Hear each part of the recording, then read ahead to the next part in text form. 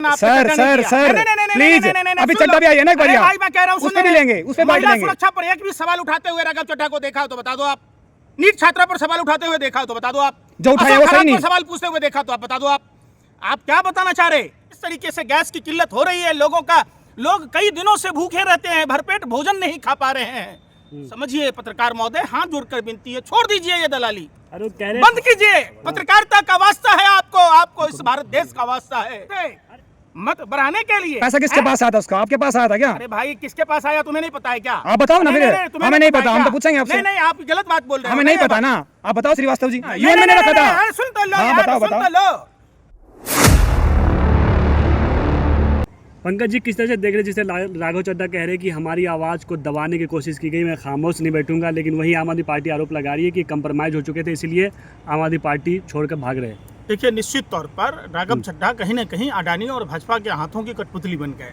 हाँ, इसमें कोई संदेह की बात नहीं है। और ये चीजें आम आदमी पार्टी के तमाम नेताओं को पता चल गया, जिसके कारण उन्हें एलओपी के पद से हटाया गया। एलओपी का काम क्या होता है? जो जन समस्याएं हैं, खास करके भारत कृषि प्रधान देश है, तो किसानों के मुद्दों को उठाना और किसान विरोधी अडानी और भाजपा का सपोर्ट, मौन स्वीकृति देना, राघव चड्ढा का ये सारा देश ही नहीं पूरा विश्व देख रहा है। राघव चड्ढा ने एलओपी होते हुए जिस तरीके से मौन धारण कर लिया। एयरपोर्ट पर समोसा कौन खाने जाता है भाई? किसी आम आदमी को मतलब है क्या? वहां तो बहुत बड़े बड़े लोग जाते हैं। आप एयरपोर्ट के समोसे पर बहस कर रहे हैं, लेकिन किसानों को एमएसपी मिले, किसानों को फसल का दाम उचित मिले, जो प्रधानमंत्री कहते थे भाइयों एवं बहनों मित्रों किसानों की आय दुगुनी करेंगे। आय दुगुनी तो करना दूर की बात है, लागत 10 गुना कर दिया। और अभी जो एलपीजी गैस का क्राइसिस है, जिसके कारण 300, 400 से 500 रुपए मजदूरी करने वाले मजदूरों के ऊपर जो भारतीय जनता पार्टी की सरकार ने कुठाराघात किया है और ऊपर से थथराई कर रहे हैं। भारतीय जनता पार्टी के तमाम नेता, छोटे से लेके बड़े तक, रवि किशन कौन कहता गैस के कोनो दिक्कत नहीं खे। अरे भैया तुम ही जानते हो, जाकर नई दिल्ली में देखो, क्या वो सभी लोग देशद्रोही हैं जो गैस की किल्लत के कारण अपने पूरे परिवार के समेत घर जाने को मजबूर हैं? तो निश्चित तौर पर जब आप दृश्य देखिएगा, वो दृश्य जब मैं देखता हूं सोशल मीडिया के माध्यम से, इलेक्ट्रॉनिक मीडिया के माध्यम से, तो दिल रूह कांप उठता है। अरे वो तो कह रहे हैं हम आम आदमी हैं, आम आदमी के मुद्दे उठाते हैं, इसलिए मुझे आवाज आम आदमी अगर होते तो वो भाई जो रो रहा था, बिलख रहा था, अगर उसके घर में गैस होती तो वो जंगलों में लकड़ी लाने नहीं जाता, और लकड़ी लाने नहीं जाता तो उसकी मौत नहीं होती। क्या आप उसको नजरअंदाज कर देंगे क्या? दिल्ली में बसंत कुंज में भारतीय जनता पार्टी का कट्टर समर्थक, जिसके घर में 9 वोट थे, जिन्होंने भाजपा को वोट देकर गलती करी, उनको पश्चाताप हुआ, उन्होंने प्रायश्चित करी, उन्होंने कहा कि मैंने गलत किया भारतीय जनता पार्टी को वोट देकर। आप बताइए, क्या आप उनको गलत कहेंगे? गलत कहेंगे उन मोरबी से, गुजरात से आने वाले तमाम लोगों के, कानपुर से लोग, इंडस्ट्रीज बंद हो रहे हैं, दिल्ली में क्या हाल हो रहा है आपको नहीं पता है, क्योंकि आप लोग सिर्फ और सिर्फ लिफाफे के लिए काम करते हैं। आप अगर सच्ची पत्रकारिता कर रहे होते, बहुत सारे जो ईमानदार पत्रकार हैं वो पत्रकारिता कर रहे हैं, उन्हें पता है किस तरीके से गैस की किल्लत हो रही है लोगों का, लोग कई दिनों से भूखे रहते हैं, भरपेट भोजन नहीं खा पा रहे हैं। आप उनकी संवेदनाओं को समझिए पत्रकार महोदय, हाथ जोड़कर विनती है, छोड़ दीजिए ये दलाली, बंद कीजिए। पत्रकारिता का वास्ता है आपको इस भारत देश का वास्ता है। अरे आप लोग अफवाह फैला रहे, सब चंगा सी है। कौन चंगा सी है भैया? कौन है चंगा सी? कह रहे गैस मिल रहा है हर जगह। अरे भैया गैस जब मिल ही रहा होता तब बिहार के डिप्टी सीएम जो गृह मंत्री भी है, सम्राट चौधरी, 4 सिलेंडर जबरदस्ती एजेंसी से उठाता क्या?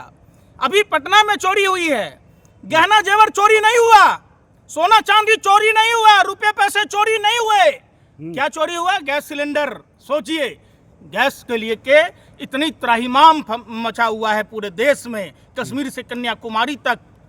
आप उसको देख ही नहीं रहे। तो चड्डा को गैस के लिए निकाल देगा पार्टी से, टीम अपनी पार्टी से। चड्डा जी एलओपी थे आम आदमी पार्टी के, उनको तमाम मुद्दों पर सवाल उठाना था, लेकिन वो अडानी और भाजपा के हाथों की कठपुतली। वो तो अडानी की बेइज्जती कर रहे हैं ना, अंबानी की भी। जियो क्या कर रहे हैं? की सिम के ऊपर बात उठा रहे हो तो भाई 13 रिचार्ज कराने पड़ते हैं महीने में, साल में। ये तो सब जानता है, हम लोग तो बहुत दिन से उठा रहे हैं, आज से उठा रहे हैं क्या? किसान आंदोलन के पहले से उठा रहे हैं। बात उसको नहीं कीजिए आप डाइवर्ट कर रहे हैं, डाइवर्ट मत नहीं, कीजिए। बैंकिंग की बात हो या गैस खराब क्राइसिस खाने है की, या रेलवे नहीं की है? बात, वो तो हम गैस आपकी बात क्राइसिस मानते है कि नहीं हैं, है? हर जगह नहीं है। कहाँ नहीं है? ब्लैकखोरी भी हो रही कहाँ नहीं है, है? कालाबाजारी भी हो रही है। अरे कहाँ? उत्तर प्रदेश अरे में भाई नेता सुन के तो घर लो से यार। 13 सिलेंडर निकलते हैं। भाई पत्रकार महोदय सुन तो लो, सुनने में क्या जा रहा है आपको? आप भी सुनो ना, हम तो हमारा सुन लिया। क्वेश्चन भी सुनो आप। नहीं क्वेश्चन अपनी तो बोल सुन रहे हो ना लिया। आप, अपनी बोल रहे हो। सुन लिया। आप जब गलत बयान कर रहे हैं, जब आप भारतीय जनता पार्टी के आवरण के रूप में काम कर रहे हैं। क्वेश्चन पूछने वाला जनता पार्टी कैसे हो गया? आप आओ नई दिल्ली, आओ नई दिल्ली दिखाता हूँ आपको। आप एक आओ, जगह वो मजदूर दिखाता उत्तर हूँ। प्रदेश में नेता अरे के घर से 50 सिलेंडर मिलते हैं, उसके बारे में क्या बोलोगे कौन आप? से नेता के घर जो से? यहाँ सभा के नेता था, जो कालाबाजारी कर रहा था वहाँ पे, उसके क्या क्या बोलोगे? अब आ वो गए ना न्यूज, आप वो देखी नहीं मैं होगा आपने क्या कह न्यूज। रहा हूँ? अगर ऐसा कालाबाजारी होता है तो जो वहाँ तो डबल इंजन की सरकार है। पूरा विचार रखिए ना आप अपनी बातों का। आप किसी को भी फंसाने के लिए कुछ भी कह दीजिए तो थोड़े ना बात चलेगा। अरे भाई गुजरात में तो आपकी सरकार है, मोरबी में इंडस्ट्रीज बंद नहीं हो रहे हैं क्या? चड्डा ने गरीबों कानपुर के उद्योग धंधे बंद नहीं हो रहे हैं क्या? दिल्ली में लोग त्राईमाम नहीं कर रहे हैं क्या? हैं? आप लोग सिर्फ और सिर्फ एक ही काम बचा है कि कुछ भी हो 70 सालों में क्या हुआ? जनता आपको के लिए याद हम है? लोग काम कर रहे थे, करते रहेंगे, निष्पक्ष हम बात रखेंगे। आप ये बताइए, कौन है? कौन है? चड्डा क्यों नहीं रख रहे? चड्डा का क्यों नहीं रख रहे? मुख्यमंत्री, पूरा मुख्यमंत्री हे, हे। के साथ भिड़ना ही वजह बनाकर अरे पार्टी भाई, से सुनो निकालने ना, का। मणिपुर पार्ट 2 हुआ ना, आपने चर्चा किया ना, आपने सर चर्चा नहीं सर किया। सर नहीं, नहीं, नहीं, प्लीज, नहीं, नहीं, नहीं, नहीं, अभी सुन चड्डा लो। भी आई है ना एक बार अरे यहाँ। भाई मैं कह रहा हूँ, उस पे भी लेंगे, उस पे बात महिला लेंगे। सुरक्षा पर एक भी सवाल उठाते हुए राघव चड्ढा को देखा हो तो बता दो आप। नीट छात्रा पर सवाल उठाते हुए देखा हो तो बता दो आप। जो उठाया अशोक वो सही खरात नहीं। पर सवाल पूछते हुए देखा तो आप बता दो आप। आप क्या बताना चाह रहे?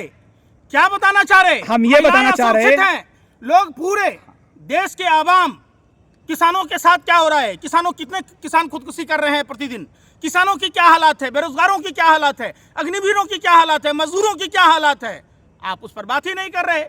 आपने कभी सर पूछते हुए सवाल देखा क्या?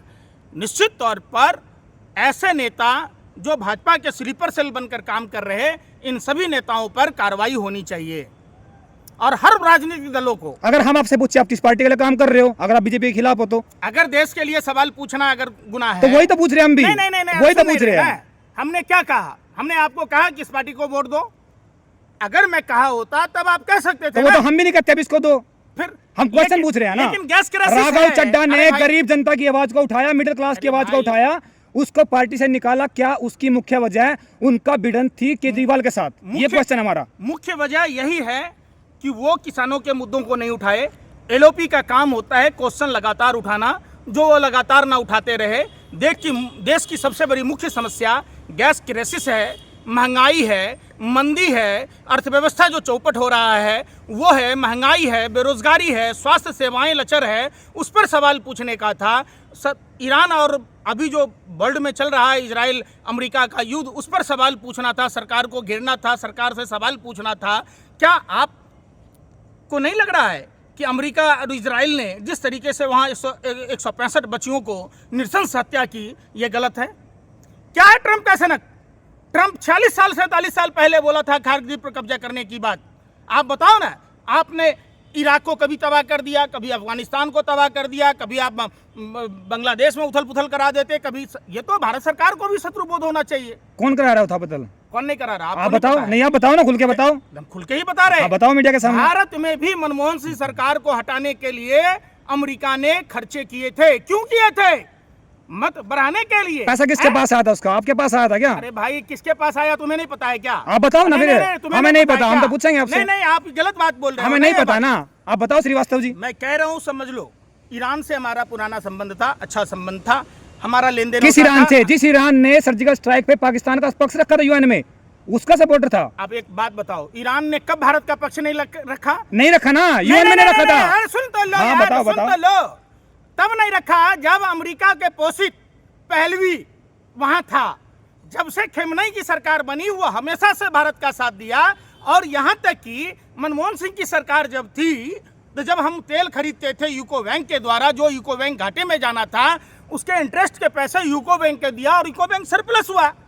और ईरान ही एक ऐसा देश है, जम्मू कश्मीर के मामले में संयुक्त राष्ट्र में सबसे मजबूती से साथ देने वाला ईरान था। अच्छा श्रीवास्तव आज जी, भी ईरान के लोग, हुक्मरानों ने एक ही शब्द में बात कहा कि हमें भारत की सरकार से कोई लेना देना नहीं है, हम भारत की आवाम से प्यार करते हैं और भारत की आवाम ने जो हमारे प्रति कृतज्ञता जाहिर की है, इसीलिए हम भारत को कि जहाज को नहीं रोकेंगे। हाँ बिल्कुल। अच्छा हम श्रीवास्तव इसके जी, लिए शुक्रिया अदा करते हैं उसका। श्रीवास्तव जी, आज पंजाब के अंदर लोग सड़कों पर उतरे, हाथों में झाड़ू ली, उसको फाड़ा और उसको फेंकते चले गए सड़कों के ऊपर, उसके बारे में क्या बोलोगे? क्या वो सपोर्टर थे, चाहने वाले थे चड्डा जी के, या फिर? देखो फिर मैं बताता हूँ, हर व्यक्ति का कुछ न कुछ समर्थक भी है, आलोचक भी है। इसका यह मतलब नहीं है कि अगर समर्थक सड़कों पर आ गया, इसका यह मतलब नहीं है कि वो पूर्णतया सत्य है। तब तो आप राम रहीम के समर्थक भी सड़क पर आते हैं, आसाराम बापू के भी समर्थक आ जाते हैं, कुलदीप सेंगर के भी समर्थक सड़कों पर आए, ब्रजभूषण शरण सिंह के भी समर्थक आए। तो इसका मतलब ये लोग पाक साफ हैं, ऐसा नहीं है। आप मौजूदा हालात में देखिए, लगातार जब लोकसभा का सत्र चल रहा होता है, एलओपी होने के नाते, राज्यसभा का सत्र चल रहा होता है, एलओपी होने के नाते लोकतंत्र के मंदिर में सवाल उठाना उनका फर्ज है और नैतिक दायित्व भी है, कर्तव्य भी है। आप तो उस पर बात ही नहीं क्या कर रहे। लगता है, क्या रूपरेखा होगी आगे? आगे क्या लगता है आपको? आप, मैं लास्ट क्वेश्चन लूंगा आपसे, क्या लगता है भविष्य क्या होने वाला है उनका? क्या कांग्रेस उनकी राह देख रही है या बीजेपी उनके लिए नई नीति तय कर रही है? कांग्रेस में तो उनकी कोई जगह ही नहीं है ना। कांग्रेस में कहाँ से जगह है? जगह वो भाजपा के हाथों भी चुके हैं, तो भाजपा में ही जाना तय है। और आप देख लीजिएगा, कुछ दिनों में ही वो भाजपा के बी टीम बन के काम कर रहे थे, करते रहेंगे, भाजपा में शामिल होंगे। अब ये कौन सी मजबूरी है? ईडी का डर है, सीबीआई का डर है, क्या डर है? या अडानी के हाथों में किस तरीके से उन्होंने कंप्रोमाइज किया है मोदी से और अडानी से, ये सब देश के सामने में। आम आदमी पार्टी के नेता कह रहे हैं कि राघव चड्ढा मोदी जी से डरे हुए हैं, क्या लगता है, क्यों लगता है? निश्चित तौर पर अगर नहीं डरे होते तो वो सरकार से सवाल पूछते, आंख में आंख डालकर सवाल पूछते, लगातार वो सवाल पूछते कि दिल्ली में परिवहन व्यवस्था कैसे चरमराई हुई है, दिल्ली में लॉ एंड ऑर्डर कैसे चरमराया हुआ है, क्यों नहीं सवाल पूछते? पंजाब में जहां उनकी सरकार है, वहां किसानों की क्या दुर्दशा है, उन मुद्दों को उठाते वो। पंकज जी, आखिरी सवाल, आप ईरान का सपोर्ट कर रहे हैं, वही कुछ अनभक्त कर रहे हैं, वो तो फादरलैंड हो गया हमारे, इसलिए उसका सपोर्ट कर रहे हैं इजराइल आपके का। कितने बाप हैं? हाँ, बाप एक ही होता है ना। हाँ। इजराइल कैसे फादर हो जाएगा? अरे मोदी जी बोले फादरलैंड। अरे भाई वो लोग देखिए, मोदी जी क्या है, मोदी जी एपिस्टीन फाइल में दबे हुए हैं। हर व्यक्ति का एक ही बाप होता है मेरी समझ से, और भारतीय सभ्यता संस्कृति ही नहीं, सनातन धर्म ही नहीं, सभी धर्मों में एक भी बाप की प्रथा है। बहु बाप की प्रथा वो लोग करते हैं जो लोग कहीं ना कहीं दबे होते हैं, फंसे होते हैं। तो ये एपिस्टीन फाइल में दबे हुए हैं, इजराइल को फादरलैंड कह दिए, अपने आप कह दिए। 140 करोड़ भारतीयों का अपमान करने वाला प्रधानमंत्री, शर्म ही नहीं है, बेशर्म प्रधानमंत्री, निर्लज्ज प्रधानमंत्री है। कैसे इजराइल फादरलैंड हो सकता है? वो इजराइल, जिस इजराइल में लाखों हिंदुओं होने के बावजूद एक भी मंदिर नहीं है और वो गाय खाता है, आप बताओ। चलो वो जनता तय करेगी, जनता आखिरकार बता देगी कि कौन सही है और कौन गलत है। आप लोग कमेंट करना, बताना जो बातें रखी है इन बातों से आप कितने सहमत हो। बहुत बहुत धन्यवाद श्रीवास्तव जी आपका।